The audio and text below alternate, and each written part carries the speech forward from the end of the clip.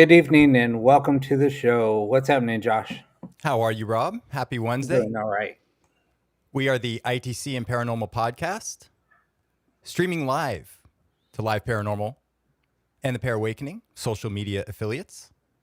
Welcome all of our international listeners, those on the East Coast, and those listening live here in Los Angeles. Welcome. We have a big show for you tonight. Don't we, Rob? Woohoo! Carl's not late tonight. No tardy slip for him. Hey, Cindy, how are you? Melanie, Lindsay, Roland. Carl's not late. I don't have to hand out a tardy slip. That's good. Very good. No paddles for you tonight. I don't like bringing out the tardy slips so early into the show. You know, it just doesn't set a good precedent or feeling for the show. Thank you, Carl. Yeah, we're just waiting for Sheena to come on. Yes, Kathy. Sheena will be here soon. And as many of you know, and if you don't know, our special guest tonight is Sheena Metal. And she is just an amazing person in soul. But she is a psychic medium and minister. And she hosts right here on Live Paranormal, the Haunted Playground, which is her spiritual and paranormal show. And she also hosts the Raising the Vibration spiritual give back show. Incredibly talented, very entertaining. And Rob and I were very lucky to be on her show. She asked some great questions and we really bonded with her over some experiences in the paranormal. And one of them, Rob, being the Hat Man, correct? Yeah, so I'm going to bring that up to her tonight. So those of you that missed the podcast can hear a little bit more behind that. And she kind of gave a theory behind it. And I was like, wow, I never even realized that. But right. It was kind of an eye-opener for me because I've had that experience with Hatman on a couple of occasions. So pretty interesting. She had incredible insight into that and just describing even the different hats and how some people experience the Hat Man in her situation or her family situation with a bowling hat, which was really interesting because most typically, as you've described to me, people see the Hat Man in the cowboy hat or some other type of hat. Yeah. Well, so I found that very interesting. Like a top hat is what I've seen. I mean, right. And a long coat. So, right. I was going to say the long coat. Yeah. And the discussion, which I know I would really like her to go into if she has time or she wants to, is the Hat Man in her theory, her intuition or psychic abilities. She picked up on that he was here, or she or it, the entity was here to follow or watch people that brought special gifts to people on Earth, to the human race, and to observe those powers or how they impacted the human race. Very interesting. Yeah, it's pretty cool insight. So, yeah, we'll talk about that a little bit more. Fantastic. Tabitha, Kathy, how are you? Elizabeth? Lori? I hope I didn't miss anyone. On Celebrity Kevin Hart? Marilyn? Sorry, Rob. No worries. And here she is. So we're going to bring her on now. Excellent. Hey, Sheena. How are you doing? I'm good. How are you? Good. Hey, Sheena. How are you? Thank you so much for joining us tonight. It is an honor to have you. Absolutely. Oh, do we? Oh, she's having some audio difficulty. Hold on. Know what that's like, Rob. She's going to get her headphones. Got it. Well, she's fitting right into our show. Technical difficulties.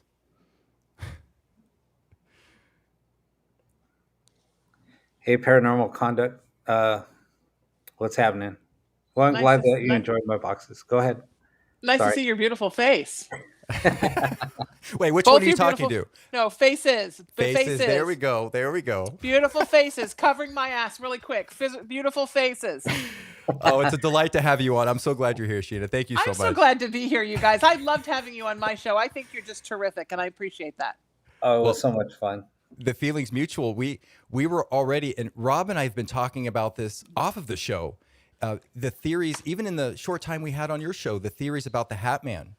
And, Hat Man. Let's get into it. Yeah. And Rob and I have been having these conversations outside of the show about your perspective and feelings about that. And it's really fascinated us. Yeah.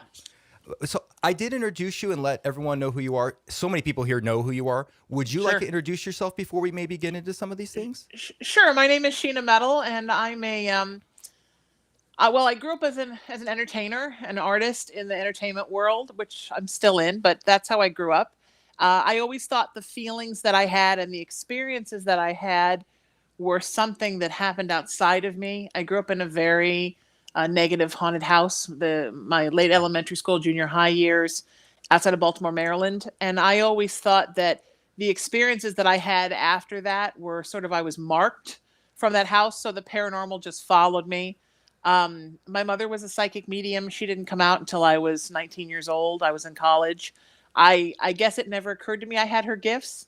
I always figured I didn't. And then I was in I had a near-death experience when I was 23 on a freeway accident here in Los Angeles. We moved here when I was 13. And suddenly all kinds of stuff started appearing in my eyes, including tall, dark figures in the corners of my eyes. So, I mean, that was sort of, I think, spirit sort of knocking me on the head and going, hello, you have gifts. And still I ignored it because I was an entertainer. And then it just became more prevalent. I was doing a radio show for the first time where I was interviewing people. And people kept asking me, like, are you a psychic? Like, when I would get done with the interview, and I'd be like, no. And then I finally started realizing that I was psychically communicating with guests at the same time that I was speaking with them. And then even then, it really took until my mom died and downloaded her gifts into me and basically said from spirit, okay, kid, now it's you, that I sort of came out of my own closet. Like I used to say, I like to say I wear my underwear on the outside now. Like this was always who I was, but nobody saw it. Right. And opened my own spiritual practice. And now I sort of live in both the entertainment and the spiritual world at the same time. And I consider my paranormal stuff to be part of my spiritual life.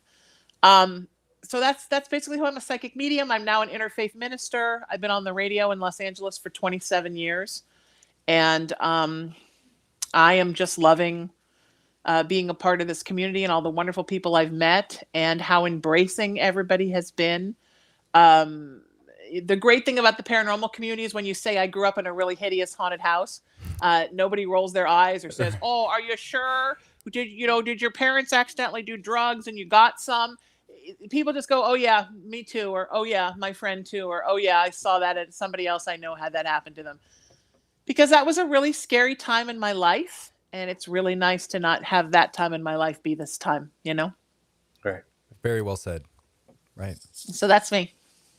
Well, and I can't tell you how well you are loved. Even before I met you personally, I had heard nothing but good things about you. Everyone raves about you and loves you. So that feeling is echoed, at least, back here in the city of Angels. Nice to know. Yes. Nice. So you are well received. It goes both ways.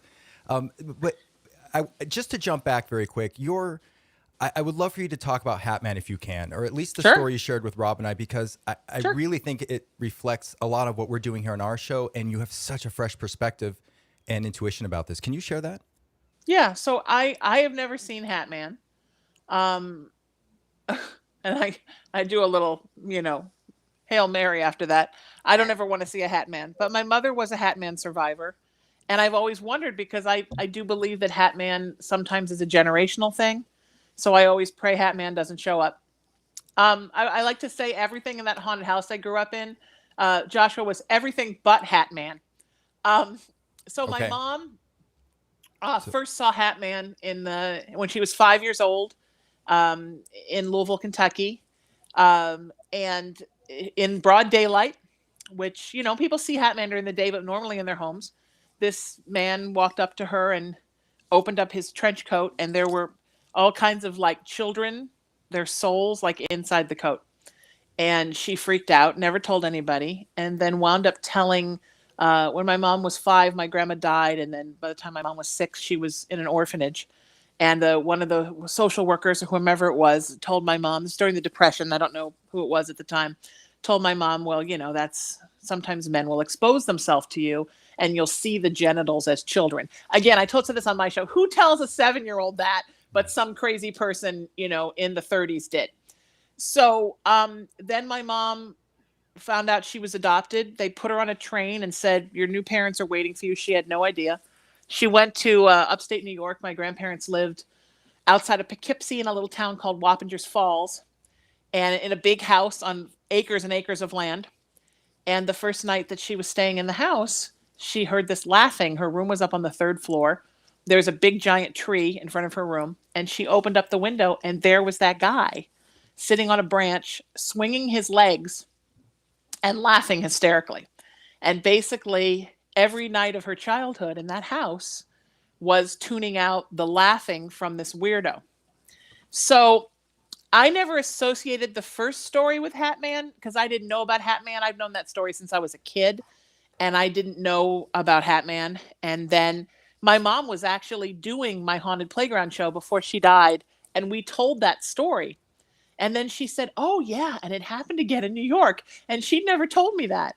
So I kind of believe that Hat Man, um, for whatever reason, they're interested in folks that have gifts, spiritual gifts. And I think they go and find these light bearing, spiritually sensitive children, and they keep an eye on them. And I think they kept an eye on my mom for that. Now, what they are, I mean, I think they're interdimensionals. What their kink is, like why that's their thing, I don't know. But I also don't know why Mothman gets off on disasters. I Right. think maybe some interdimensionals are just, I think we make a mistake in the spirit in the human world by trying to make things from the spirit world be just like us. In the same way we try to humanize our pets and our, oh, look, the cat is doing a human thing. I Right. mean, I think that interdimensionals, we can't base what they are based on what happens here on the earth because they may be totally different than us. And maybe for them, look, we get off on movies where people are dying and exploding and car wrecks. And, every week on Game of Thrones, someone got disemboweled. Maybe Right. their idea of that kind of fun is let's find a kid with gifts and lurk in their bedroom. I mean, I don't really know what it is. All I know is that every time I see a big tree, I think about that and how sinister it is to sit in a tree and laugh at some poor child who's been through hell and is in a brand new place or terrified with new people that she now has to call her parents. Mm. And you're just like sitting in a tree laughing. Like I don't know what it is, but I think Hat Man is, you know, kind of an a-hole. Is it okay to say that that's what I think? Are we supposed to love and respect all interdimensionals? I think there's something wrong with Hat Man Yeah. from my human Well, perspective. yeah. I mean, and that's funny how you said that. Your mom saw him at 5, and I saw him. You know, I was almost 5. I was Right. right around the age. So it's kind of funny how we're the same age when we both had that experience with him. Yeah. Um, And both gifted, right? You now know you have gifts, Rob. right. Right. So And then, he did show himself again, maybe about 7 years ago, somewhere around there, during an investigation. But, that was kind of weird. But anyway. yeah. Yeah. So, no, but I that's a want very interesting perspective. I think that there's a method to all their madness, right? Mhm. I think that Mothman, people say, oh, they're trying to warn us. Well, if they're trying to warn us, they'd just come and warn us. They wouldn't send weird clues and make a Rubik's Cube out of the whole thing. I think that appearing strange places so you figure out, oh, I just saw Mothman for 2 seconds. Where's the disaster? And then you have to try to figure out what's going to happen. Guard your bridges and skyscrapers. I just think there's something kind of like torturous about that. And I just think for them, it's fun. It's fun that they now know for whatever reason, because time is relevant, right? Time is a matrix. Right. They now know what's going to happen in the future that we don't know. So they come down here and, giggle at us before it happens. Let's see if they'll figure it out before the bridge collapses. I just think it's again, we can't judge them by us. They could just be very different. Yeah. And funny how you say that, because, my childhood after that was nothing but chaos, but it did open me up to my abilities, but trying to deal with that at a young age, it was very, very difficult, until I was, in my preteens, where I figured out what it was. So yeah, but between then, it was all chaos. Yeah. Yeah, and my mother's too. Very chaotic childhood, very hard childhood. It's Yeah. like, wow, Hat Man, life is hard enough. We don't need you. Right. But I do think, but it's just something that scares me. I watched a documentary. I don't know if you've ever seen this. Maybe it's 10 years old, about sleep paralysis. I love how they Mhm. call it sleep paralysis, Right. as if it's some psychological condition that means nothing. And I could tell you, I got creeped out, and every one of those people, like these were like regular Hat Man survivors, right, from childhood to now, and constantly. I mean, these people were tortured and terrified to go to sleep. Mm-hmm. And I know what it's like to be terrified to be in your house because it's so creepy and sleep in your house. I can't imagine what it would be like to take that everywhere with you and be terrified to close your eyes for fear this creeper was going to show up in the corner of your room, you know? Yeah. Which eventually affects your mental and physical health Right. and state of mind. And that's actually an attack. I mean, at that point, you would consider that almost, even if it's a passive attack. I mean, that's affecting your immune Sure. system, your ability to think cognitively. There's some problems that come along with that are very real. Absolutely. And then when you're weakened, Joshua, you're then more susceptible to paranormal attack. So it becomes like this vicious cycle Right. of the weaker you are, the more you get attacked, the weaker you get. And for some people, it's a lifelong effort of seeing a spiritual counselor, a minister, a counselor, a doctor, all those things together, just trying to pull themselves out of it. And that's, it's scary. And you ask, well, why it happens. I mean, you know, why does cancer happen? I don't know why things happen. That's above my pay grade. Right. But I do know that I don't believe that all things on the earth end up in the same place. I don't necessarily believe in heaven and hell. You know, in the Judeo-Christian ideology of it. But I do believe when we die, we go home, and it's lovely. When I had my near-death experience, I saw home. I don't believe everybody goes home. And it's not that I believe that people are punished because they're sinners, so they don't go there. I believe some people didn't come from there, and they don't go back there. Does that make sense? Yeah, that does.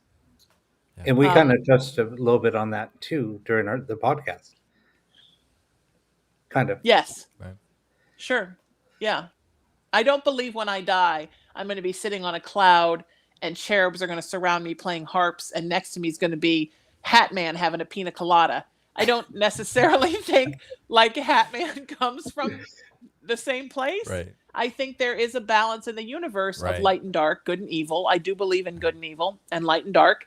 And I don't think everybody comes from the same place or goes to the same place. And maybe there are certain dimensions where things are just kind of dark, you know? Right.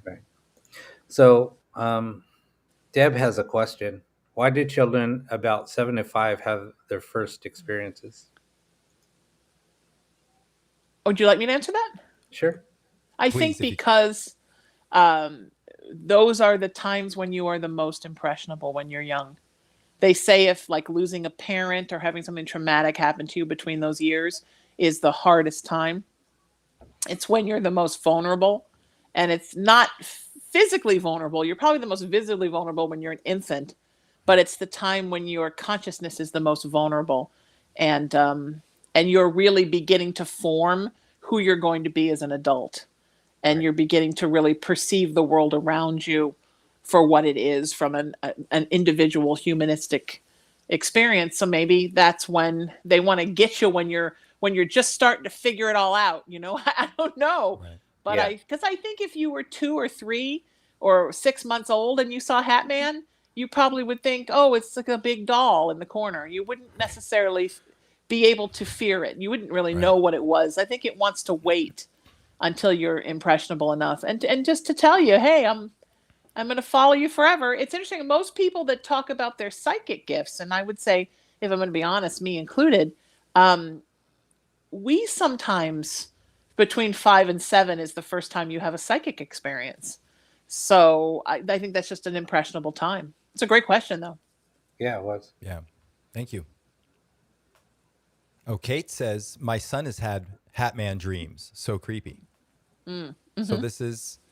And again, I think Hat Man is more prevalent to even people not familiar with the paranormal that have experienced this and they just don't know what to make of it. It's never discussed. How do you bring this up? Especially to, you know, if your family or circle of friends, you could be the only one that's really aware of these things. And how do you bring it up? Yeah, and absolutely. So, but Kate, thank you for sharing that. You know, that house I grew up in, I still dream about that house. I'm not a nightmare person. I don't have a lot of nightmares. I've never had a night terror till we moved to that house. Really? I've never had a night terror about anything but that house. Really? And Wow. I wake up from those dreams and my body is so freaked out that literally I have a pain like in my tailbone from the stress and the pressure of it. It's like this really weird kind of, it's like my Wow. spine hurts. And in the dreams, I'm always somewhere. I'm in a hotel room, I'm in my house, I'm in my other house, I'm somewhere, you know, that's mine. And Right. then I wake up and I go to something's weird and I feel weird. I go to turn the light switch on and it won't work. It's gotten to the point now where I'm like, oh God, here it comes. As soon as the light switch doesn't work, I open the door, and as soon as I walk out of the door, I'm in that house. And then Well, something terrifying happens. And I had one once where I walked out the door and I was in that house. So I ran back into my room in my townhome, and I was back in my bedroom in my townhome, and I looked over in the corner, and this is going to sound funny, but it was terrifying. There was this evil snowman. I know, right? You didn't think I was going to say that, right? no. And No, it, but it that had the nastiest, most evil face, and it had a big like Abraham Lincoln, you know, stovetop hat, and it was rocking back and forth, and it had these really creepy little twiggy arms, and it had the most sinister laugh you've ever heard in your life. I could never recreate it. It was like, "Wah, ah, ah, ah." And I literally screamed, "Oh my God!" And I woke up. right. So Wow. now every time I walk in my bedroom, I'm like, that snowman better not be here. But it's such an idiotic thing to have a nightmare about. Right. But maybe that was a hat man in a way. It was a hat snowman. I don't know. Right. I just know it was so sinister and so terrible. Hmm. You know, I think I would be equally as afraid in that dream if I had an awareness I was in that dream. I knew the house. If I opened the door, the house was there. Even yeah. if I went back to the bedroom in the townhome and I felt some type of temporary safety, just knowing in that dream that the house is Hmm. on the other side of that door, I think would freak me out just as much. Knowing that it's like I can stay here, but that house is still there when I open that door. Right. Your choice is evil haunted house Right. Or or evil snowman. snowman. Right. Make your pick. And I I'm think that oh dream was the scariest because I wasn't even safe when I came back in. I was right. still, you know, Oh, Sheena, wow, yeah. Wow. that is intense. Uh, Ellen says, "Whoops." Oh, Oh, let me children put at it back up. that's thank Hold you, man. on. I appreciate it. Children at that age experience encounters because the pineal gland is still not fully enclosed in the folds of the brain. By the time children reach 10 plus, the the fold covers the gland or the pon. If I'm Yeah. okay, yeah, and we talked about Rob. I think we talked about the pineal gland and the DMT that's released upon death or what we may experience. Right. We've gone into that a little bit, but thank you, Ellen, for explaining that to us. Mm-hmm. I really appreciate that. Yeah, we went into that, and we talked about that. That's how when people see the light, it's the release of the DMT. Right. Um, Yeah. In fact, I remember what show that was. That was early on in our show, but we yeah, did discuss that. yeah. Deb says Tabitha, indigenous descendants have amazing gifts and intuitions. Good point. So, Sheen, in terms of like you said, and I liked the expression you used, coming out of the closet, in terms of with your psychic gifts and abilities. Yeah. When your mother passed these gifts to you, Yeah. spiritually and energetically. In terms of obviously, you're incredibly talented. How did this affect your daily life? Because something like that, when you're opening yourself up to these gifts and you're learning your powers, your day to day life. I mean, were you distracted at all by this? I mean, it seems like such a massive shift or milestone in your life. How did you cope with that? It was interesting because I mean, obviously I had some gifts, right? But I think I always just thought I was supposed to use them through my art. And then when I was 2 weeks shy of 24, so literally maybe the quarter mark of my life, I had this car accident, had this near death experience, and came out, and it's like my gifts were doubled. And then when I was literally 2 weeks shy of 49, isn't that strange? So 1 year off the major, 2 weeks before. My car accident was March 18th. My mom died March 11th. So literally the exact same time of the year, Wow. my mom died. And those two milestones in my life were probably the hardest things to get over. At almost the exact time in my life, exactly 25 years apart. And then she, about 45 minutes after she died, I was standing in her driveway and I felt her gifts just drop down into the top of my head. And I felt like my eyes were like fly eyes because my mom was hella gifted. And the first thing I thought was, oh my God, this is why my mom hardly ever leaves the house, because it was a lot. I mean, I already had a lot, and then hers were a lot. And so, luckily for me, that year, I had a whole lot going on that I had planned before she died. Her death was very unexpected. And then I had kind of a break during that summer and that fall, or as much of a break as I ever have with 97 things going on. Right. But I didn't have any monumental things happening. And I was just working on going through her house and trying to go through all the legal stuff. So it gave me some time to get used to it, I think. But it was like this pull that was coming from spirit, like a pull, and then one day I was cleaning out my mom's office and I read this journal and something that she had said. She used to always make this joke that she was only on the earth to give birth to me so I could do big things. And she would tell people and it would embarrass me. And it was kind of our thing. Well, in the journal, she had written that out again. And I suddenly realized that she had it right, but she had it wrong. The truth was that I was on the earth to sort of be the student of her amazing teachings for the first half of my life, so I could spend the second half of my life sharing those with the world.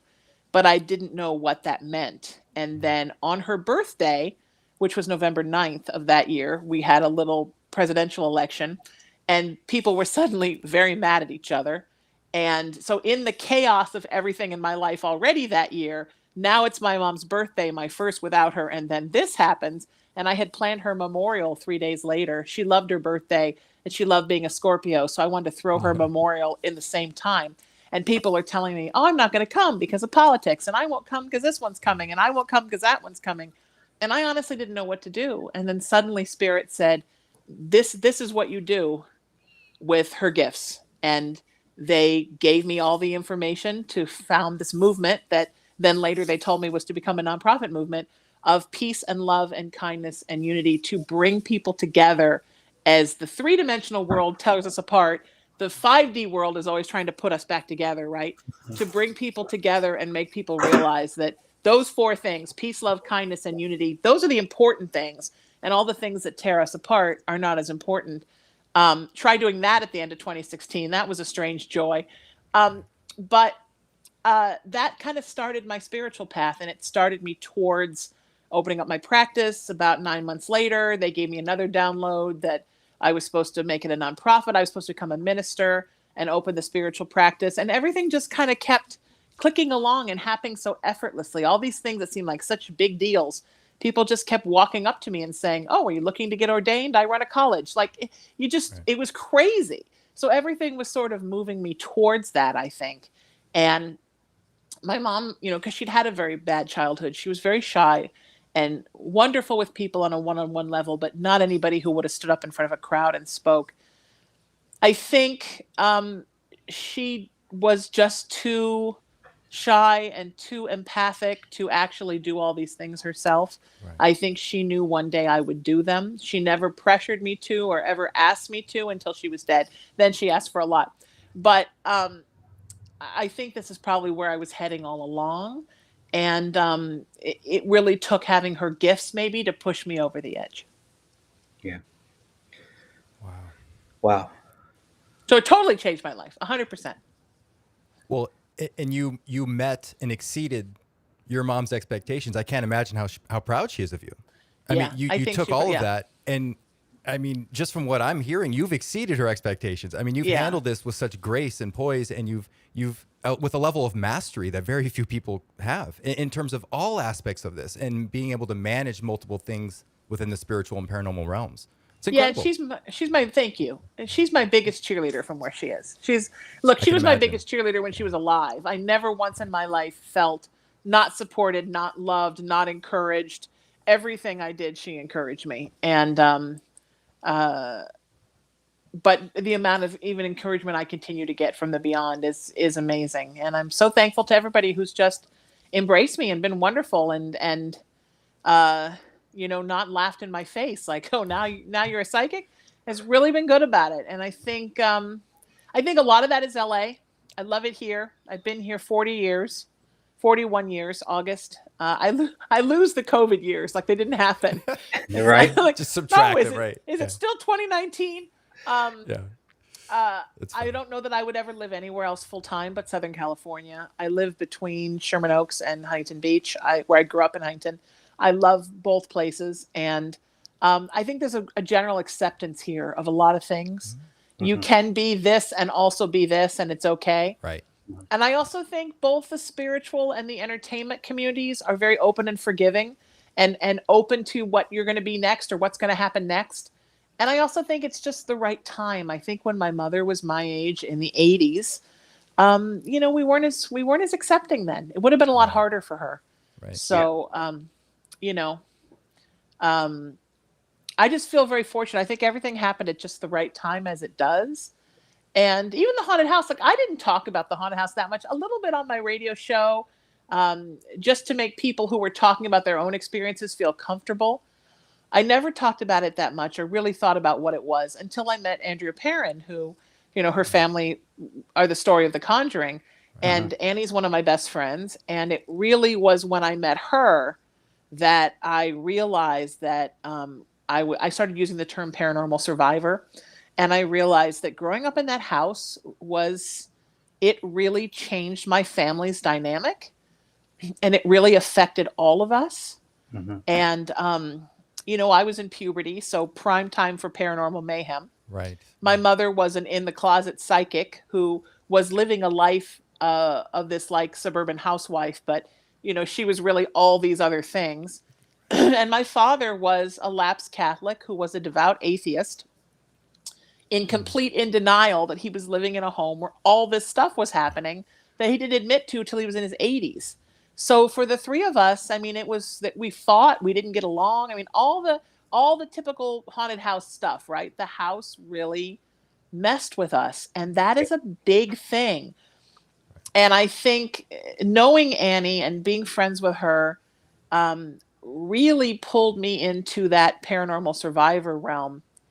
And I think in a lot of ways, um, even for her, I think it pulled me in, and then I pulled her farther in Right. with how important it is to speak when you're a paranormal survivor. You know, And the funny thing is, see, this is something that a lot of people don't talk about. Oppression is huge. I mean, that's a huge part of the paranormal. And I sure. think a lot of people ignore that fact, what oppression can do. I have suffered from oppression from a particular location.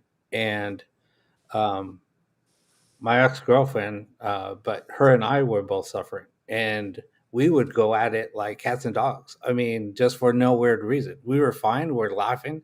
Then all of a sudden, we were like at each other's throats, basically, like yelling at each other, just cussing at each other, and it just came out of nowhere. And then we finally figured out what it was, and then we had to deal with it, but it was just terrible. Hang on a second. Okay,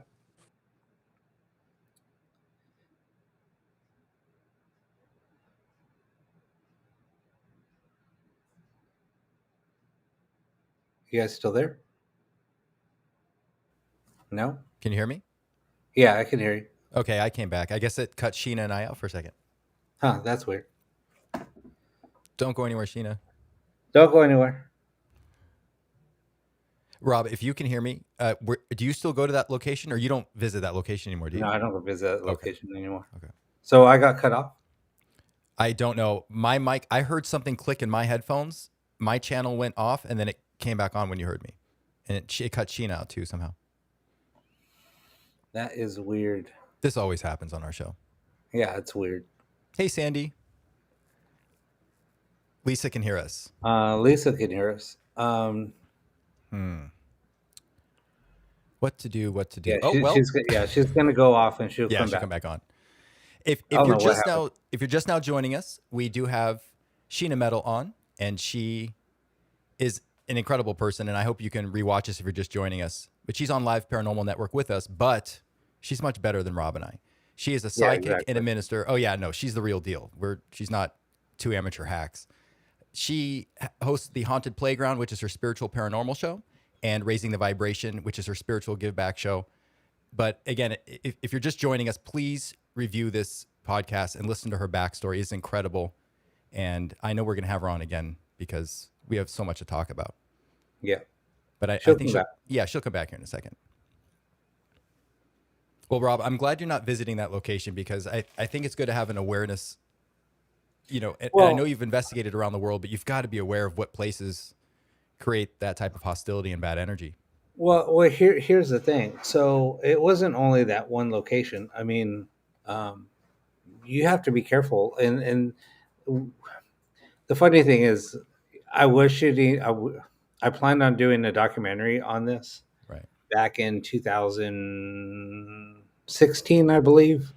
We started shooting the documentary. It never got finished. It was me and a couple other filmmakers were doing it. Um, and it just never, there was a lot of things happening. And and the funny thing is, uh, I started suffering again from oppression during that filming. So I think that's why it kind of just got pushed off to the back burner. Right. The other person that was filming it, she started suffering from oppression. So it was just a lot. So just dealing with that subject and going to a bunch of different locations, and that's one thing that you have to be careful about. And people don't talk about that, or if they do, they kind of sweep it under the rug. Um, but when you go into a location and you spend a lot of time and a lot of effort there, and you open yourself up, um, and I'm not talking going there for 5 hours in one night. I'm talking about going to a location for uh, full 3 days, like we did at Ohio State Reformatory. We spent 3 full days there. Uh, so Right. I think we spent 72 hours there, just about. And It was about 68 hours we were okay. there. And I've noticed a lot of the locations you've investigated, you spend a great Oh yeah, amount of I'm time not there, there and for that's right. yeah, I'm not there for just 5 hours, or one night. I'm there for several days. Right. Right. I think we have Sheena back. Yay. I'm back. Yay. The show Cool. was completely tanking, so you came back and saved us. Thank you so much. Oh, I didn't know that. I'm sorry. Yeah. I had a little battery issue, and then I can't hear you without the headphones. And who was the genius at Apple that decided it was a good idea to make the charging port and the headphone port the same? It I seems like think a hat man. yeah. I think Apple hired hat man. Considering Apple's reach and resources and their, the money they have, I wouldn't be surprised if there's some kind of deal going on. Yeah, it's totally hat man. Apple, right? Come on. But so yeah, we were talking. Rob was mentioning where he was filming. He had an issue with oppression or locations he went to.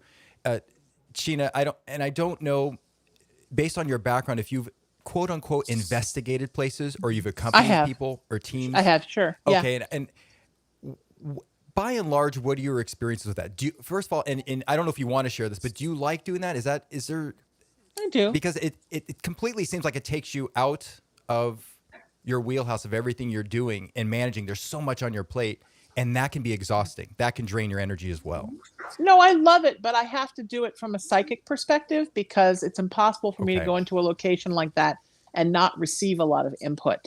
So That's what- I'm like, right. if you're bringing me, just know, probably I'm not the person you want to put on all the gadgets. I'm good with the camera. Right. I'm good with the audio recorder because I'm a radio host, but I'm not real good with all the stuff. And also, I'm the person you want to sit in the dark and tell you what's going on in there. Some investigators, right, are very resistant to that still, which always makes me laugh and surprises me because I think that psychics working together with investigators is really what it's all about. But we still have to sort of get on that same page, right? Right. Oh yeah, I mean it's a big difference when you start using your abilities, and that's when I stopped. I used to use a lot of equipment. Josh can confess to that. And then I started using my abilities more, and I relied on my abilities more. And once I started doing that, the evidence that I was capturing, people are like, "Oh yeah, you're photoshopping all of this," or you're doing a bunch of special effects, capturing all this footage that you're capturing. No, it's just raw footage. And I said, "Look, you can take a look at the raw footage." but people were just amazed. And then I said, hey, if there's somebody standing behind us, go around, just sneak around. I'm going to stand here and go around and just start taking pictures. And somebody took a picture and caught a little boy standing right next to me. Yeah. Um, and so, um, so I'd always use that to my advantage, and I would start getting other people involved and say, "Hey, there's somebody standing over in the back corner, or they're in the other room peeping in on us. Go sneak in and see what you can capture." And they would capture great EVPs. Um, he started asking. There was a little girl standing there, and he was asking, how old are you?" And she said, "I am 8." And then, I mean, clear as day. And then he said, "So what are you doing here?" She said, "I'm watching you." And she was very playful. And it was just really, it was kind of cool, but it was kind of sad at the same time. But that Sure. little girl was like so uplifted that, and she was happy that we were there engaging with her. Yeah. Yeah. No, I love it. And I, I do it all the time. If I go stay in a hotel, I'm like, oh great, I'm suddenly investigating because something is here. Yep. It's hard for me to get away from it. Yeah, So, exactly. but I don't really want to get away from it. I'm, I growing up and moving to Los Angeles right out of college, people would always say to me like, oh, don't you hate it when you're just trying to have a meal and the waiter wants to talk about his screenplay? And I'm like, no, I actually want to hear about the waiter's screenplay. I think that's fantastic. Right. So I think that I am somebody who, I'm really all in when I'm in, and I'm very into this community. And so I want to know what's in your house. I want to know what's going on. I want to know about all of it, And that circles around to why I asked you if investigating with teams or going out drains you or exhausts you from everything else you have going on, but you are able to handle it. I mean, you have that much perseverance, and that's incredible, because I know that I've heard, I don't investigate that much, but I know that it can be draining and exhausting, especially for people using their body as an instrument or to channel that information as you do. But you seem to bounce back and recover. You don't have a period of exhaustion or tiredness. And I'm fascinated by that because you just keep going and you're able to do all that. It's incredible. Do you know what? Everything kind of exhilarates me, and I've always been that way. I think it's my Aries thing or my Irish work ethic. The more I Right. work, the more excited I get. Sometimes if I'm working on something, like I'm working on my website until 3 o'clock in the morning, I'm Right. like so amped I can't sleep. Right. So Right. for me, the more I do, the more I'm in service, in essence, Right. the more kind of pumped I am about everything in life. Yeah. So yeah, most Incredible. definitely. I get excited. Now I have had clients who were extremely draining. I have been in situations with unbelievably draining people where I'm literally, wow, I can't do this. So there are Right. situations that do drain my battery, Sure. location, spirits, humans. I just try to avoid those, or if I have to have those people, if I see those clients on my roster, I make sure I schedule around them people who are Okay. chill, you Uh, know. And gotcha. if I'm going to go to a location that's really draining, and I've heard it is, then I just make sure I don't schedule anything the next day that is going to be too much. Right. But for the most part, no. I hear a lot of psychics complain like, everything drains me. I Right. can't see that movie because it drains me. I can't watch that show because it drains me. I mean, I think it just sort of is like, it's an excuse people will believe, so it becomes the excuse for everything. You know what I mean? It's kind of like how, sometimes girls might play up their PMS to get what they want. It's the same kind of thing. I think sometimes people make themselves very precious in order Sure. to get attention, and it's a shame because I don't want young people or people Right. just discovering their gifts to think that being a psychic is this awful thing where you're drained all the time and it's so terrible, Right. because it's not. It's amazing. I don't want people going into it thinking they're going to be miserable every day, because Right. they're not. It's amazing. And that's why I asked the question, is because I've always heard that, even when I've investigated with Rob, different people saying they're constantly being drained by something. So that was something I was curious about with your Yeah. abilities, to find out how you process that and how you responded in those environments. It's incredible. Well, maybe I'm tough to it because I grew up in that, but Right. also I think you gotta. protect yourself. I wear Right. these charms all the time over my solar plexus chakra.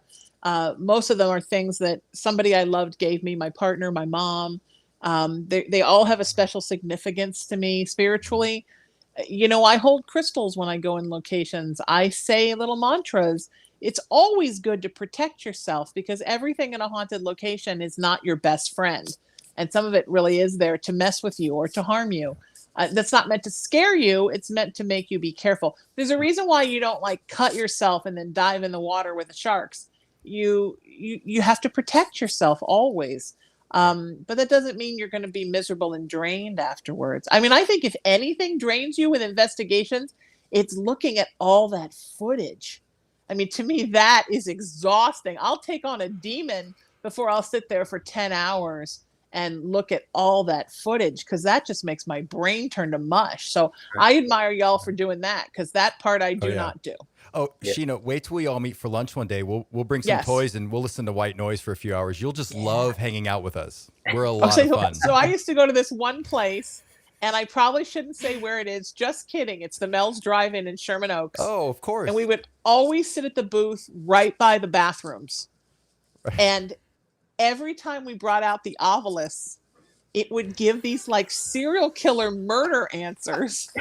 And I started thinking, Mike, it would just, the words it would throw out. Like first it was a litany of girls' names like Kathy, Mary, Sally, Susie. And then it was like rope, knife, blood, chair. And I was like, what is going on? What was here and who sat in this booth? And why are we always getting death? Right. So yeah, that's kind of a strange thing. So I think sometimes, yeah, I like the toys. You guys laugh when I said the obelisk. Do you hate that? Rob, why don't you take this subject? No, I'm not saying that. You can. I don't care. I'm not attached to it. No. I don't have mine out right now and it's saying kill Rob, kill Joshua. I wouldn't be surprised if it said kill Rob. I wouldn't be It's surprised. got the ghost radar and it's showing me there are 10 demons around me and it's saying kill. No, it's not. But I do think it's interesting because it's moving energy, right? Everything, whether it's Ghost Box, Obelisk, the Ghost Radar, it's all EMF. It's all moving energy. Yeah. Right. No, it's funny how you mentioned. Now I want to go to Mel's. It's funny. Yeah. Gail. Yeah, we have to go there. Yeah. Because sometimes we'll go to Marmalade Cafes, which is just a few doors down. But yes, wonderful food there. Yeah, but no, Mel's is amazing, and it's funny how because there's a lot of people always talk about the bathrooms at Mel's being haunted. It's just funny. Yeah, I think they are because it is the women's is especially creepy. I also think they are haunted by the ghost of the worst smells you can imagine ever. There's something there is the oddest death smell. I don't know why. It's a perfectly maybe it's the spirits. Sometimes spirits can bring like a strange odor, right? Right. I love you, Mel's. I still eat there. I know. I haven't eaten there in a little while, but I've been wanting to go back. I was just telling somebody that the other day. No, and regarding the obelisk, there are a lot of people that use it and like it. I actually haven't had too much experience with it, so I can't really speak to it one way or another. I know Rob has had experience with it. Rob, I didn't mean to put you on the spot there, but I thought it was funny. No, it's okay. You'll throw me in the corner and put me on the spot and something else here later. Exactly. It's coming back. I know. Exactly. But that's interesting, Sheena, because that location is pretty much right around the corner from where we all are. I mean, it's 10, 15 minutes away. So I've heard, even growing up in the San Fernando Valley, I've heard stories about that place. So it's interesting to hear you share your stories. Well, yeah, because, and it not until I started getting into the paranormal community and started talking with people in the area, I started hearing that. I, again, haven't personally experienced anything, but it is something that's on my radar in terms of this area of places to check out. It's interesting. When you go back to the bathrooms, it is creepy. Right. The feel you do pick up. Yeah, there is something there. Right. Yeah, I wonder if it's actually from Mel's or if it's from whatever was there before. It's so hard to know. Yeah. But the back of Mel's anyway is kind of creepy. Even the back where the back parking lot is, it's kind of creepy. Yeah, it is. Yeah. Edward, we were talking about Mel's. Oh, you stepped away for a second. Yeah, Edward, you're here in Southern California. So yeah, it's in Sherman Oaks. In Sherman Oaks on Ventura Boulevard. Right. You guys are like in my valleyhood, huh? Yeah. Josh literally. is. Yeah, Josh is. I'm back and forth between Westlake Village and Chatsworth. Oh, okay. All right. So yeah, everything's 20 minutes from here. Rob, Yeah. how about you? I'm in Thousand Oaks. All right. Okay. Nice. So yeah, We're we're real close. and in fact, we have a few people in the audience that are close by. So when we brought up Devil's Gate or the Jet Propulsion Laboratory area off the 210, Oh yeah. a lot of Oh people yeah. go there. We were talking about that in one of our shows. There's a lot of places, Right. especially Ventura County, that are incredibly incredibly haunted. Yeah. Oh, Margie wants to know: do you all ever come to the East Coast? I would love that. I was planning a trip and then the COVID happened, so it didn't happen. I still want to go upstate where my mom grew up and scatter some of her ashes. Right. And I have friends and family all over that area, upstate New York. I'm from New Haven, Connecticut, so I would love to go back and spend some time in Connecticut. Yeah, I would love that.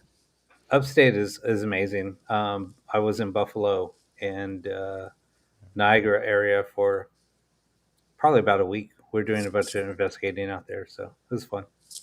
And it's beautiful. You beautiful. get to experience all 4 seasons. It's. Oh yeah. I, Well, I got to experience freaking snowfall on One April, season. April Yeah. in Right, April, right. and it was Yeah. not only it was like 6 inches of snow. And Yeah. Right. Come visit. Sandy says, "Come visit PA." Oh yeah, I love Yeah, Pennsylvania. Sure. I still need to get out there. I'm invited to go out to Gettysburg all the time. I just never make it. But Right. Yeah, the haunted house I Need to grew go. up in was about 20 minutes south of the Pennsylvania border in Maryland. Okay. Boy, Oh, wow. Maryland's a hot spot for evil, isn't it? There's so Yeah. many hauntings there's there. so many. Right. I don't know what it is about Maryland. I think it's shaped like a gun because if you live there, you want to shoot yourself in the face because your house is haunted. So many hauntings there. I remember I was interviewing Bill Hartley. I don't know what he was doing at the time, but he was later on Ghost of Shepherdstown. And I said something about we left Maryland when I was 13. He was like, "Oh, you escaped. Some of us never get out." And I thought, okay, Whoa. that's I think there's a lot of hauntings there. And then I have a friend who now lives in Indiana, but she lived in a house there for a long time that was just awful and affected everybody in her family. So that mid-Atlantic region, right in there, that Right. Pennsylvania, Maryland, Right. Delaware, lots of hauntings and Jersey Devil and all kinds of stuff. Yeah, Right. Dorothy, I don't know. No, I don't. I'm familiar with Topanga Canyon Boulevard, south of Ventura and north of Ventura. I've never heard of that, but I don't get out much, so I wouldn't be surprised if I haven't heard of it. I will look into it though. I do know Yeah. some. Well, and Rob, we know some urban explorers of the San Fernando Valley who will Yeah. very likely know of that location. They probably do. Right? What location is it? Mother's Grave Mother's off of Grave Topanga. off of Topanga. Oh, I don't know that. Oh, I don't know either. that. But I think everything in Topanga Canyon's a little haunted. Well, because yeah. Spawn Ranch is just on the other side, just east of there. Oh, I could throw a Right. rock and Or hit west Spawn of there. Ranch. Yeah. Yeah. It's just Yeah. west of there. I'm uncomfortably close to Spawn Ranch. Uncomfortably close. I try not to think about it. Thanks, Rob. And Rocketdyne. You're right there by the old Rocketdyne Yes, plant Yeah. and Rocketdyne. Yeah. I and still the Spawn Rocketdyne. Ranch. I still have 10 fingers, but if a sixth one grows out, it's possible. It's Yeah. possible. It might be in the Yeah, water. I had a friend that grew up there, and all the Yeah. women in his family got bladder cancer and died. Oh, And he always believed it was because he thought Yeah. the Rocketdyne from the plant got in the water because they used to Right. go play in that creek behind their house. Sheena, I can't tell you how many, unfortunately, animals have suffered and died from cancer in Chatsworth due to the groundwater. Just them, it's horrible. And lots of animals in the area have cancerous tumors that are the size of grapefruits. It's to this day. That's a whole other show though. But yeah, I don't know. There still could Yeah. be some issues here in that area. Great reasons to go to Chatsworth. Yes, Yeah. come visit me in Chatsworth, guys. Yes. And it used to be the porn capital of the world. Is it Oh, still? you had to It bring that used up to. too. I had to. Um, Joshua, I had to.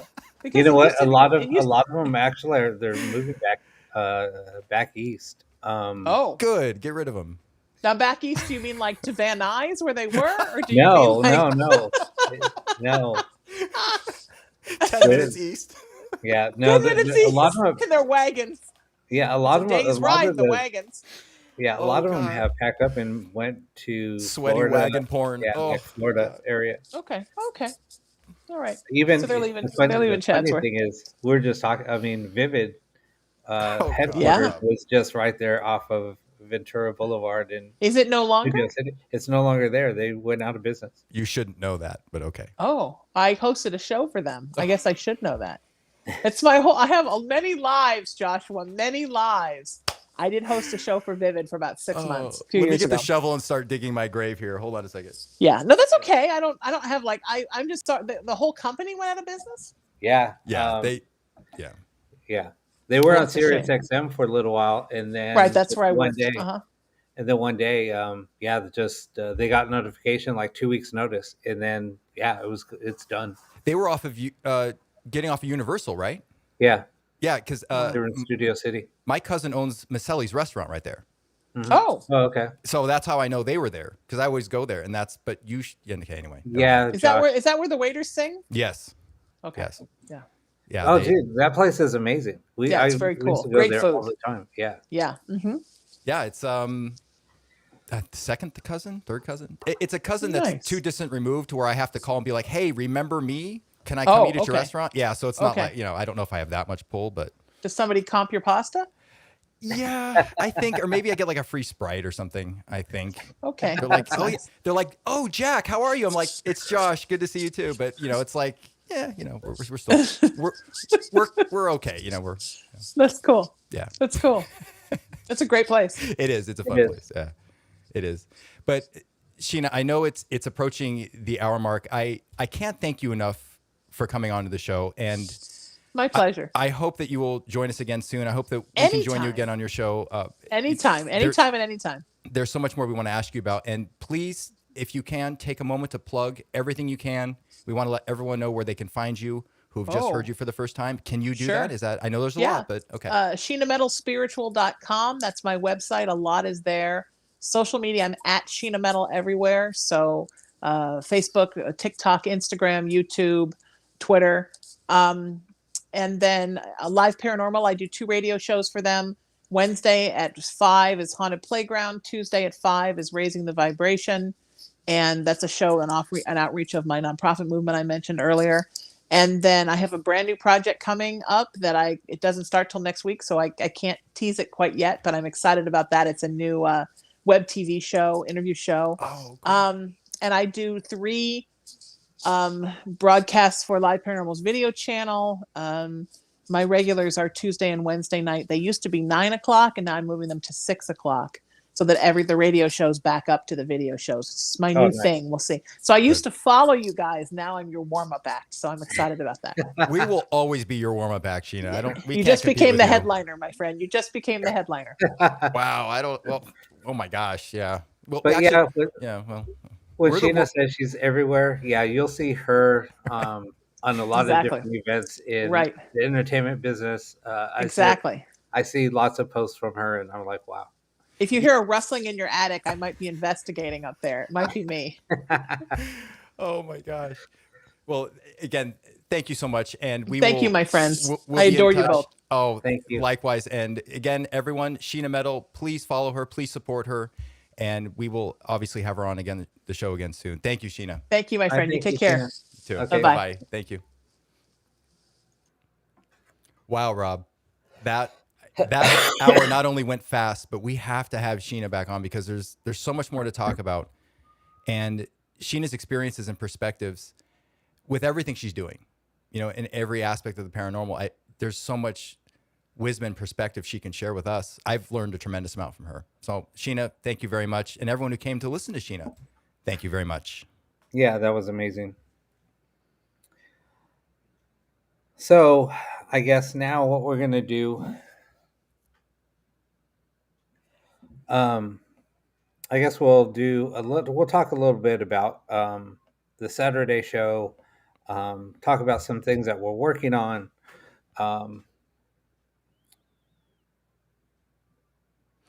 Carl, how does that end? Does she believe the Hat Man is evil? No, I don't think so.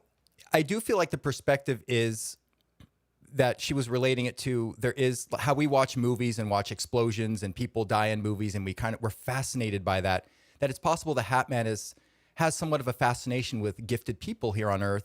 There does seem to be some type of, I think, what she could relate to as a pleasure, kind of being a nuisance to these people or young children, not letting them sleep and something like that, they kind of maybe, as she says, get off on that. Like we get off on explosions in movies and people getting shot in movies, things like this.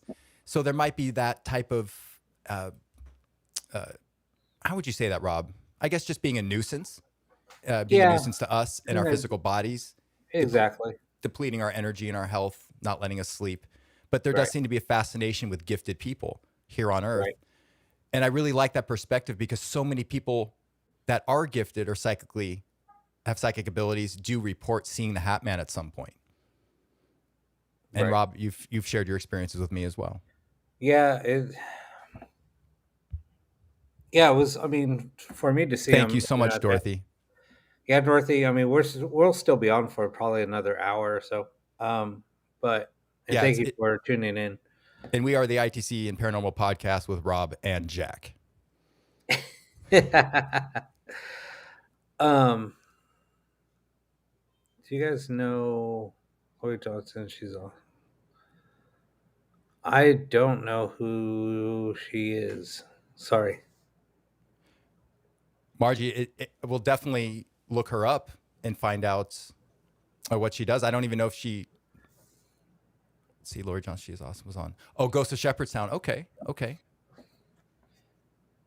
Wow. End of January. Okay. No, I don't know who Lori Johnson is, though. I probably should know who she is. Um, yeah, Oh, she was I on the mean, first season. Okay. yeah, I'm not sure. It because the thing I always heard about Hat Man, um, the myth that I always heard was, when you see Hat Man, somebody's gonna die. That was always the myth. And then when Sheena brought on her take on it, I thought, wow, that was pretty interesting because it was about that time after the first time I've experienced them was when I started experiencing a lot more. And my abilities were kind of scaring me as a kid because I would get like really bad anxiety. So, and I didn't know what that was.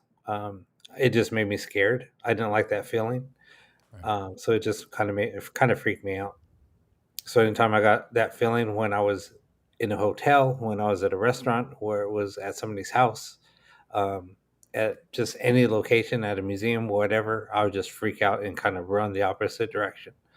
So that was my take on it.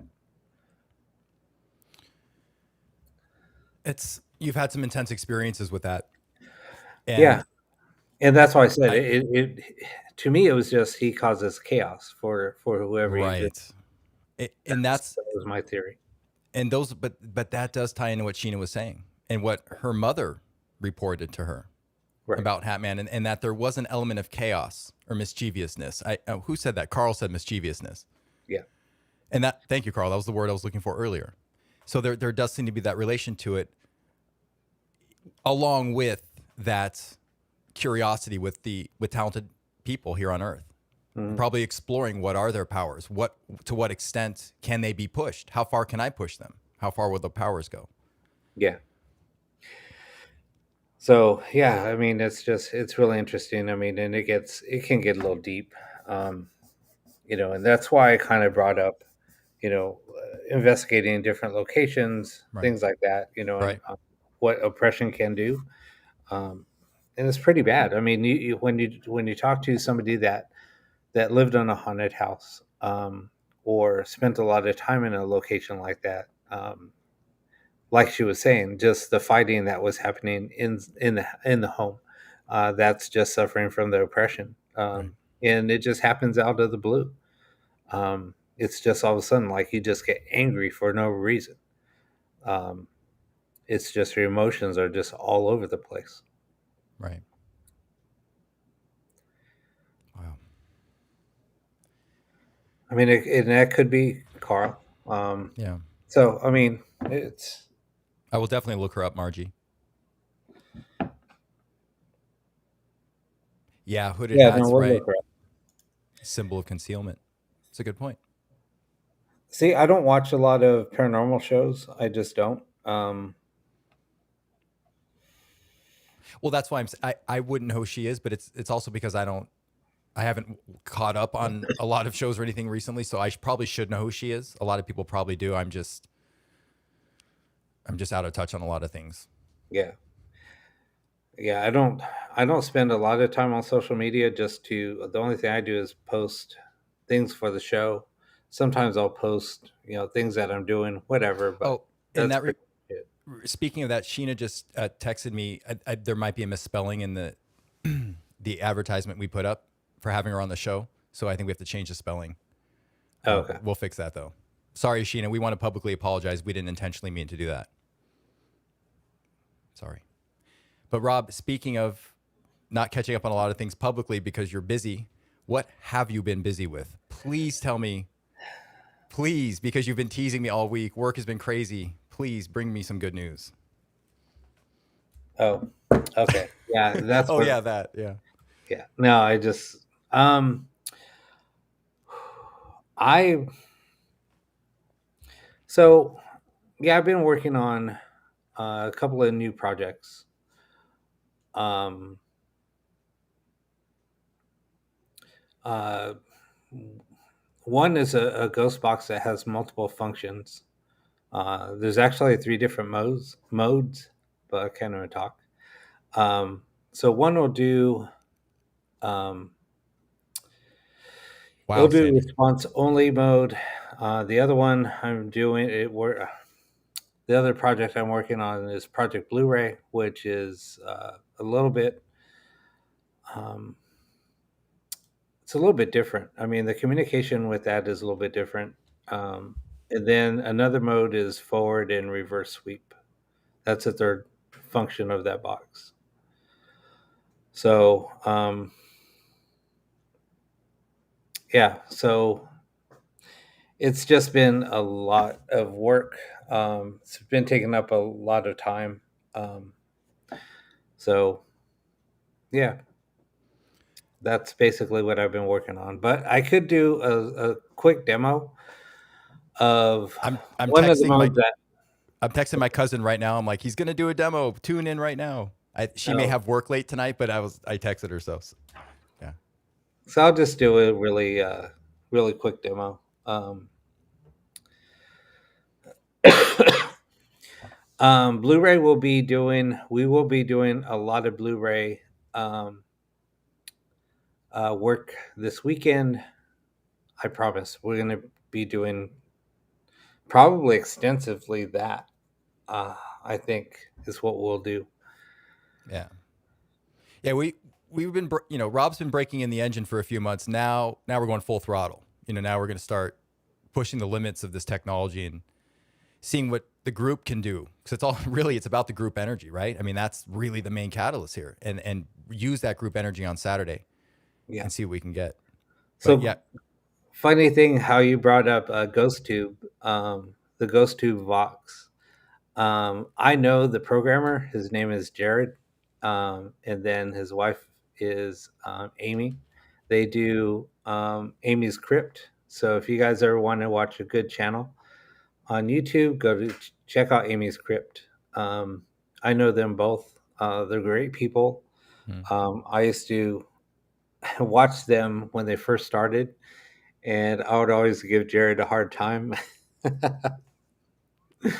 because he always makes funny sounds. So I would always interact with them or send him an email, and we he would just makes have funny fun. sounds. He needs to come onto the show because the I two of us tried. and a guy with funny sounds. I've That's perfect. tried to get them to come on my show, and they're just Yeah. too busy.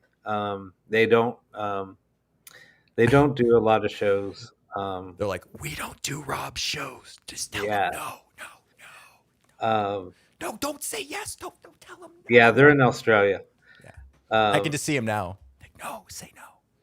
yeah, but yeah, Jared is he is kind of a scaredy cat. So I would give him crap about that too. Anytime they saw my comments, they're like, "Oh crap, what's Rob saying now?" Right. So it was always funny.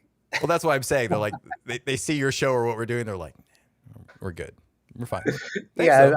I think Jared's like, "No, we're not doing Rob's show." Right.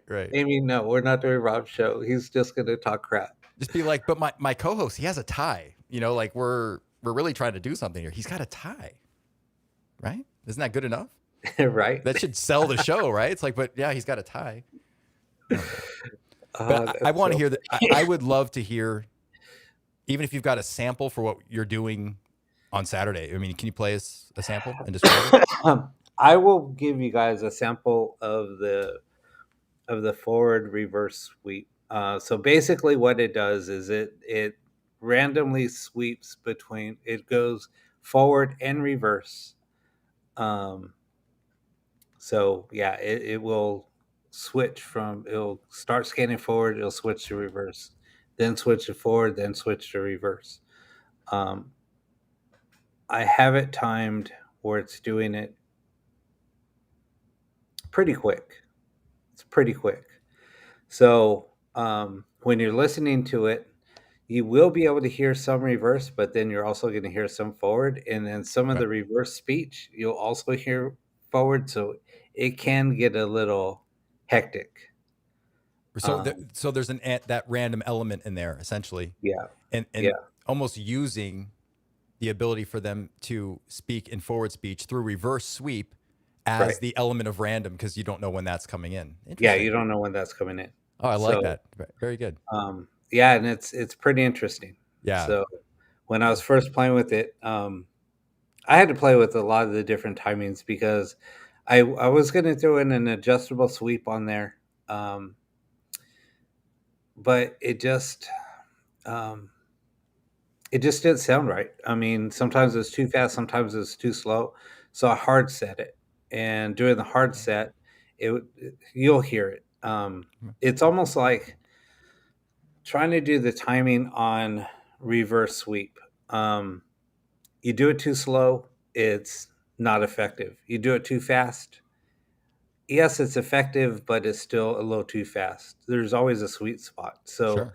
playing with that, I was playing with or trying to get that sweet spot in there while I was doing reverse. So doing the different timings, I finally just hard set it and it works perfect.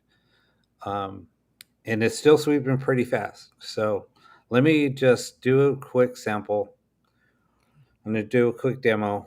Yeah, And I'm with you, Marisol. Let's get started. Fire it yeah, up. I know. I just had to just talk it through. But let me hold Fire it on. up. Let me just make sure this is switched over. Then we'll fire it up. All right, here it is.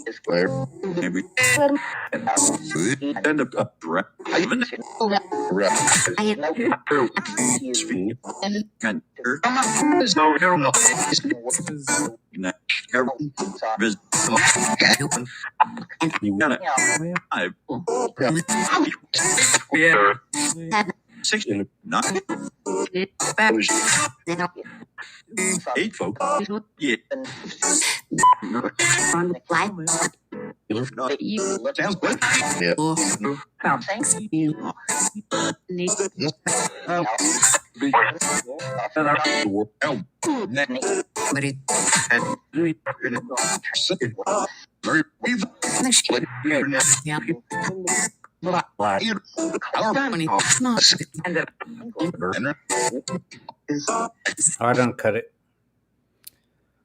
So yeah, that was just a quick little demo. You know what? I do like that. And in fact, it has almost elements like a little bit of the reverse, obviously, the clarity that comes through the reverse and the direct response mode of the pseudo random. So you still have that clarity. And I see how at times there's more reverse words that come in, and then there's a lot more forward words. So it's possible that could be coming, the forward words could be coming from the natural way you've designed the box, and when they send their information or intelligent communication through the reverse sweep and it comes out forward. So you're almost creating this opportunity for 3, 4, 5, 6 words possibly to be said in the forward Right. direction to kind of, they can tie, hopefully the theory is tie that all in and you're hearing full sentences with multiple words in it. I love where that's going. That's incredible. Congratulations, man. Thank you. You're on a roll. You just keep making this stuff. So That's awesome. yeah, so I mean, we can do a lot more. I didn't want to do like a really long session. That's why I just cut it short. I Um, understand. the timing is about Did you say it it's was less than a 1 second? second. Or okay, less than It's a a second. little less than a second. McCall. So I didn't want to keep it like too long. So yeah, I set it to about 75 milliseconds or 70, yeah, Okay. 75 milliseconds, or no, 750 milliseconds, because one full second's 1,000 milliseconds. So I set it at about um, yeah, I set it out 750 millisecond. I think what I programmed it to. Okay, so when it switches back and forth, you're talking about 750 milliseconds, but is there any other type of, I don't want to say like a sub sweep in the sense that something else is sweeping while the main Oh, meaning for the sub sweep, the sweep rate right. is That's what the sweep rate is 160 milliseconds. okay. Okay, so that's similar to how you were designing your reverse. Yeah. Okay, so So that's sweeping at 160 millisecond, but then the back and forth between forward and reverse is at 750 millisecond. I see. And that's why maybe I was hearing what I love so much about your reverse was the sweet spot of the timing. And so I was hearing that natural it was very easy for me to hear reverse and then the forward elements coming in. It was I can't wait to listen to that more because the more Oh no, obviously I you work with yeah. something and digest it, the more you pick out. I listened to it for about 30 minutes one day. Mhm. Yeah, and it was pretty amazing. I was getting a lot of words, a lot of names, people asking me for help. Um, but I just said, we'll I said during the session, I said, this is only a demo. I'm Right. not going to have a full on conversation right now. Right. I'm not here to help you right now. I'll come back later. Unfortunately, I'm sorry. But yeah, it was pretty Right. cool. It's almost like if I could relate this to audio engineering, it's almost like you've created this really complex mix bus in a way because you have this sweep that's at 160 milliseconds for reverse, and then you have this time of 750 milliseconds between forward and reverse. So you're Right. constantly creating this offset. And it's Yeah. interesting because, and Kevin brings up a good point. So this also creates a new type of oscillation. That's right. Yeah. Um, So yeah, it was weird because, like I said, I mean, that's okay. I spent so much time trying to get it right, and then it would stall, and then I was like, "Damn it, what's causing it to stall?" Right. So yeah, there was a lot of troubleshooting in there. Right. What was causing the stall, and then once I kept on adjusting the timing, then I was able to get it to a sweet spot where the stalling stopped. But then I had to work on the timing of the reverse and the forward and the sweep rate. So Right. there's a lot that I had to mess around with. Right. Well, yeah, because then you get into, I mean, it depend. Well, see, and I didn't design what you're doing, but I'd also imagine there's phase issues. There's other things to consider, like when you're working out the timing. So it's Well, that's the other thing, right, the right, phasing and getting everything correct and right. for the That clarity to come right, through. right. Um, because remember, I'm getting rid of all the static. So there's all that too. So there was so much effort that went into there. No, I can hear it. Even from my perspective as an audio engineer, I can hear that. I mean, I can actually hear. I'm listening for the noise floor. I'm listening to the signal to noise ratio. I'm listening to the timing, like, and automatically, Roland and Kevin immediately asked about the wave and how that looks, Yeah. waves and how that looks. So that is complicated, and that's why I'm congratulating you because I know what type of work that takes. Yeah. So very nice, and I'm so excited. I can't wait to hear that on the Saturday show and incorporate that. So will this be mode 3? I'm losing track. Is this mode Yeah. 3 on Raina's box? This is mode 3 of the Reina's box. Can you detail? Because listen, and So yeah, there's 3 different boards in there. One's reverse and forward speech. The other one is another circuit just to pick up, kind of like a ghost box, but it's isolating. Just we're using an open channel. We call it kind of direct response mode, but it's like the pseudo random mode, right? It's almost like pseudo Right, random. right. That's what we call it though, DRM. But Marketing term. it's stuck on a fixed Right, channel, right. so it's only picking up frequencies. It's just how it works. I don't know. It just does. It's a stall. It's a stall. It's a stall. Yeah. And then the other one is Blu-ray, and Right. Blu-ray is totally its own beast. It's Hey, Don. basically just running frequency, a frequency channel, and it just has another static open channel that's not even within the FM range. Right. It's on totally its own frequency. Right. Hi, Don. How are you? And that's something we can talk about even Saturday when we're talking about this technology and I don't want to go into it now because it's almost too late to open this can of worms, but the FM radio stations in LA have some interesting qualities about them that can lend themselves to ITC. And obviously there's great researchers doing work in long wave, short wave. There really is a lot of silver linings in all of these bandwidths, and the carriers by which we use to receive this communication. But there are some special instances with FM, and we'll talk about 87.1 and 87.5 this Saturday. Maybe I can talk about it for just a few minutes. Yeah. But so the funny part of it is, like, Blu-ray is using the long range frequencies anyway. Right, but I just meant for certain particular modes, how you've stalled on 87.5 or 87.1. Oh yeah. I've had great success. Because of the frequencies that are available here in LA. Right. We have to use it. So if we take this elsewhere, we might have to use a totally different frequency. Yes, and we haven't talked about that yet. And you're absolutely right. It's location dependent, really, depending on open channels. And I hope I didn't interrupt you, Rob, but I'm really excited about this. But in looking up 87.1 and 87.5, it seems globally that no one is to broadcast any on frequency modulation 87.1 or 87.5. It's literally against the law. Yeah, it's 87.5 is what I changed it to. Right. And that's, we'll get into that Saturday, but I do see that playing a pretty pivotal role, not only in the technology, but that is important, is depending on where you go with this type of box. It has to be considered the open channel you're working with and what available resources you have, depending on the mode, because, some don't depend on radio, some do. So it just depends on what you're doing. Right. Carl has a question. Why is that, Josh?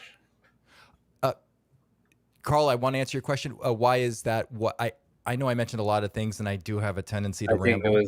I think it was the. What was that about? Oh, well, okay. I think, Carl, to encapsulate it a little better, I think we may talk about that on Saturday and lead into how Rob's working with this technology. But in general, though, 87.5 and 87.1 are not legally allowed to be broadcast on. And they're, at least in the LA area, they have a tremendous amount of chaos. There's a lot of spurs and harmonics in the frequencies that are being picked up. And I'm still checking for false positives with the equipment. The actual measurement equipment I use can produce spurs and harmonics and things that are not desired when recording this or measuring these types of signals. But I'm not sure about that because we've had some pretty interesting success in ITC on these channels. And I'm wondering if it has to do or if it's correlated with the measurement information I'm receiving about these channels. But we'll talk about those correlations on Saturday. Yeah. Drive so safely. Carl said, why is it illegal? Did you see that? Okay. Excellent question, Carl. I don't want to say it's illegal as if you're going to get thrown in prison. I know there's fines or civil sanctions if you broadcast on those frequencies. I'm not sure. It's something to do with the FCC regulations. Right. The actual specifics as to why, I don't know if it's being used by a government or an agency. Yeah, it might be I don't restricted. know. Yeah, exactly. Yeah, I It's think it might be restricted uh, because those channels they might be government only broadcast. and what's interesting about it is, at least where I'm at, 87.5 for me in my city comes in as a dead open channel. No white noise. It is literally just an open channel. 87.1 for me, I can't speak for Rob, comes in as random chaotic white noise. So both these channels, one quiet and one ridden with white noise, both have these interesting qualities about them. And so we'll talk about that a little later. Yeah, Roland says GM, RS, and FRS. Those bands are it is kind of fascinating. Right, Roland? Yeah. Once you do start using walkie Thank you, talkies or Katie. ham radios, I'm sorry, I interrupted you again. it is pretty interesting. I'm sorry. I'm interrupting you left and right. I'm No, chatty no, no. McChats a lot. No, I'm just talking about Roland talking or getting walkie talkies that are use GM, RS, and FRS. Um, Right. and those are more right around the broadcast of ham radio. Is that, and that's what I was wondering is, are those frequencies, at least in the FM that we're talking about, 87.1, 87.5, are those close to another frequency? I mean, I don't know everything about radio and bandwidth, so I'm wondering, like, what is the exact restriction? Because you can look this up, especially here in Los Angeles, and they're very strict about not using them. I don't So know, I don't know. but I mean, but we're using it just as because we know it's a dead channel. Carl, they're actually setting us up. They're probably pumping through fake ET communication through these channels, and we're picking it up. And And they're we're like, picking look, it they're up. buying it. They think it's ET. I don't know. I mean, I don't know what it is. All I can tell you is, in terms of measuring what I'm getting through these channels, I can only say, oh, that's interesting. You know, I can only observe things. I can't conclude anything. I don't know. But some interesting stuff to look at. Yeah. Wait, thanks, Kanga. We will have to report it. He's in a bad place. Uh-oh. Did we miss something? Is everyone okay? I I know that we were talking a lot during the last interview, so I don't remember.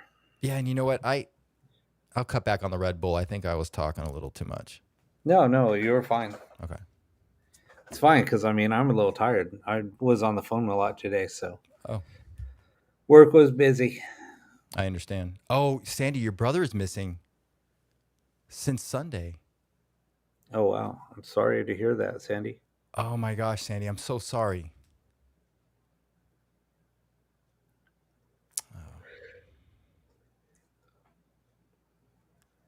Oh, I hope he gets in contact with you or someone close to you as soon as possible. I will definitely be keeping you in my thoughts, and him as well. I'm so sorry.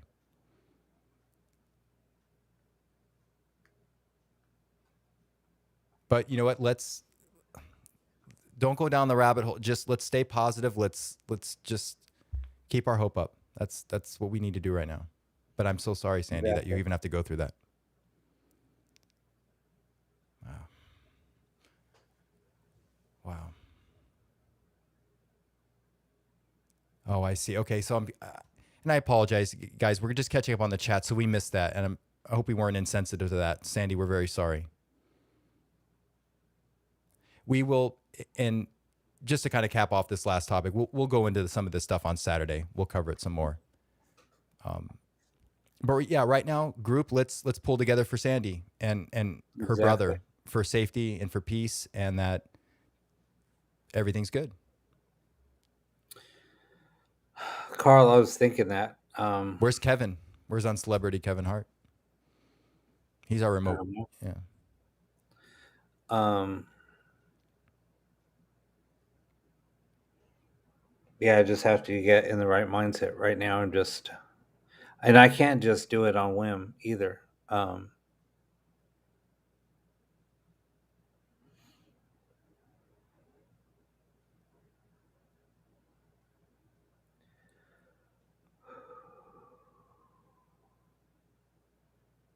Sandy, where are you located? Or where's your brother located?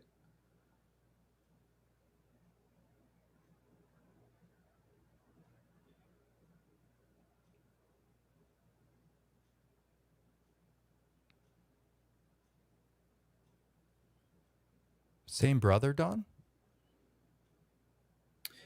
Wow, that's kind of Are you because I and was going to ask, is he back east?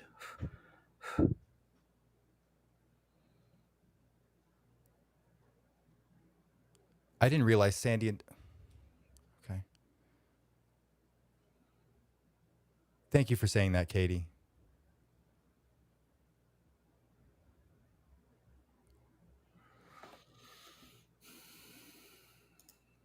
Oh, Don, I want to apologize for being such an airhead. I didn't realize you and Sandy were sisters. I apologize to both of you. I'm so sorry.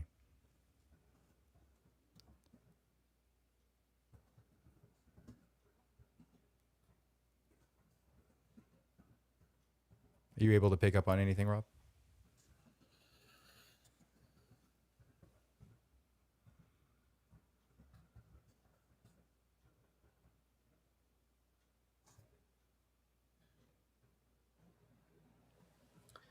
Um,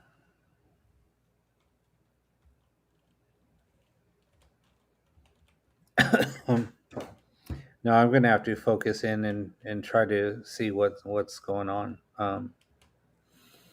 Okay.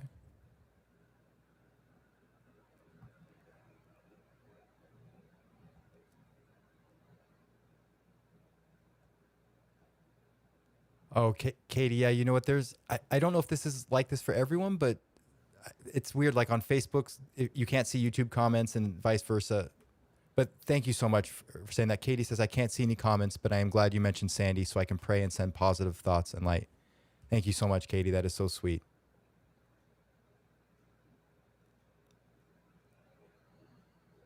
Uncelebrity Kevin Hart, thank you. He says, I will work on it.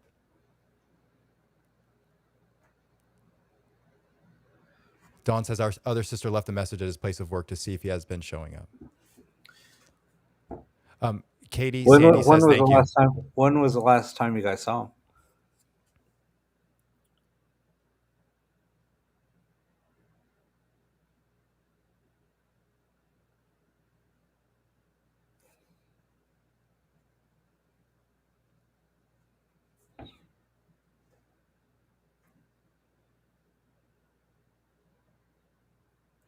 Now, is there any like water sources around, like river, or maybe even the lake or pond?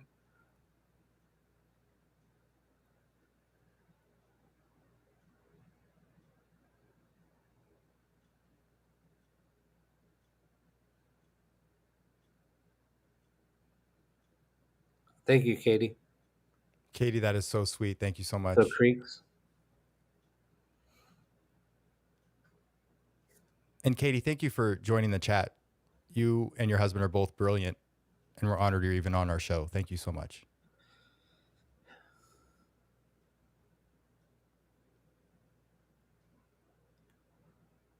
Okay. Sandy says, phone off. Yes, river, stripping pits.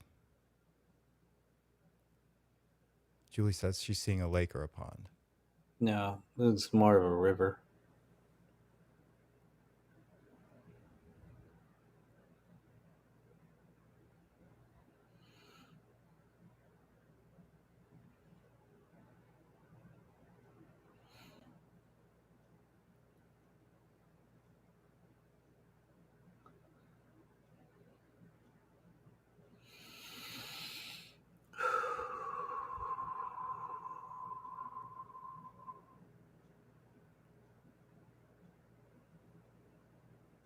Yeah, I mean, I'm not picking up anything.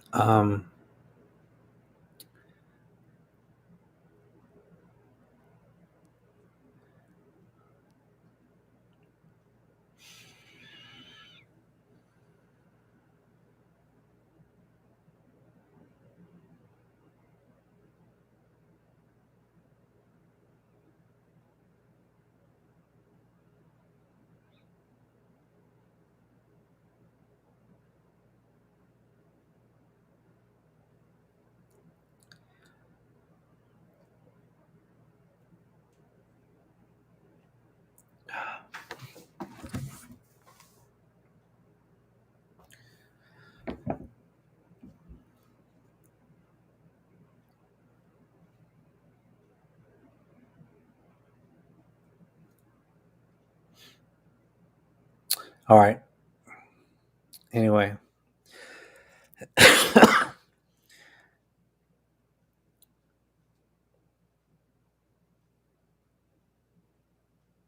Yeah.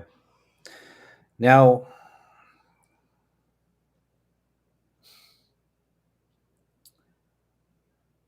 Is there Sandy, I'll something? have to talk to you off camera or off of here. I don't want to. I don't want to talk about it on here. I just have to be honest with you. Um, just message me on Facebook and we could talk. Or you have my email. I could talk to you there.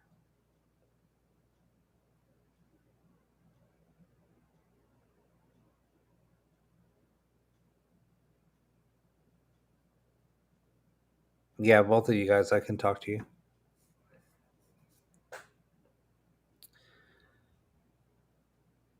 You know what? That's an excellent question on Celebrity Kevin Hart. Did he have a hunting location?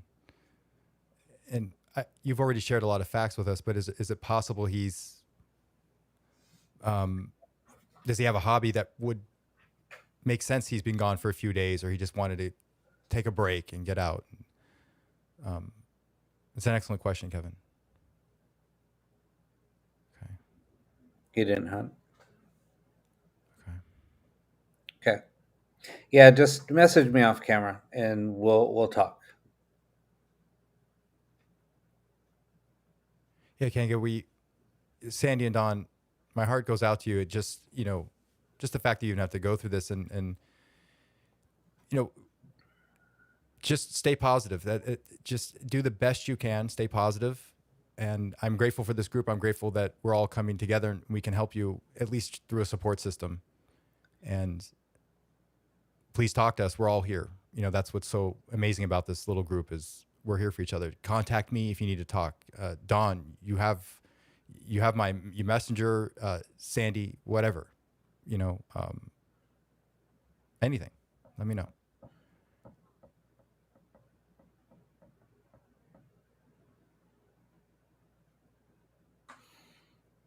So he's disappeared before without saying anything to anybody?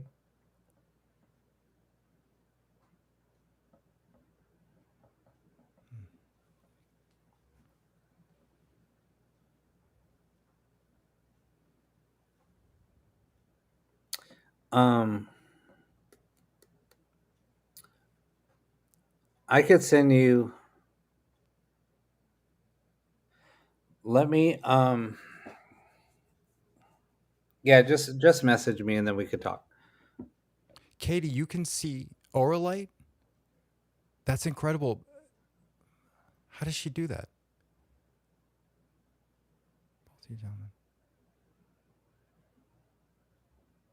Katie, I'm curious to know. I know that you build devices, you and your husband both do, but I'm curious to know about your psychic abilities. It sounds like you're very much in tune. Yes, you said yes. Not all the time. Well, all right. Yeah, we're going to end the show. And then I'm going to reach out to them, try to figure out what's going on. And you know what? It goes without saying, thank you all for allowing us to do the show and then come together as a group when we need to. We do what we have to when we need to. And that comes first. The show stops. If there's someone we need to help in our group, that's what we do. And thank you for Yeah, I mean, allowing this the is like show to do that. Yeah, this is like family. So Right. Thank you for allowing the show to just do this, and it needs to, because that's priority. So Sandy and Dawn, we're here for you. The group is here. We will be here on Saturday, and reach out to us if you need anything. I mean, please.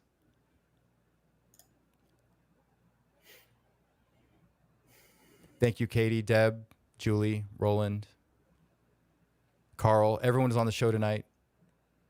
I think some people left. Kevin. Katie says I was told to tune into on your show. wow. Oh, I'm getting chills.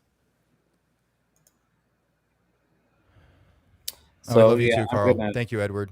Thank you, Sharon, Amanda, everyone. We'll see you soon. All right, guys. We'll talk to you guys soon.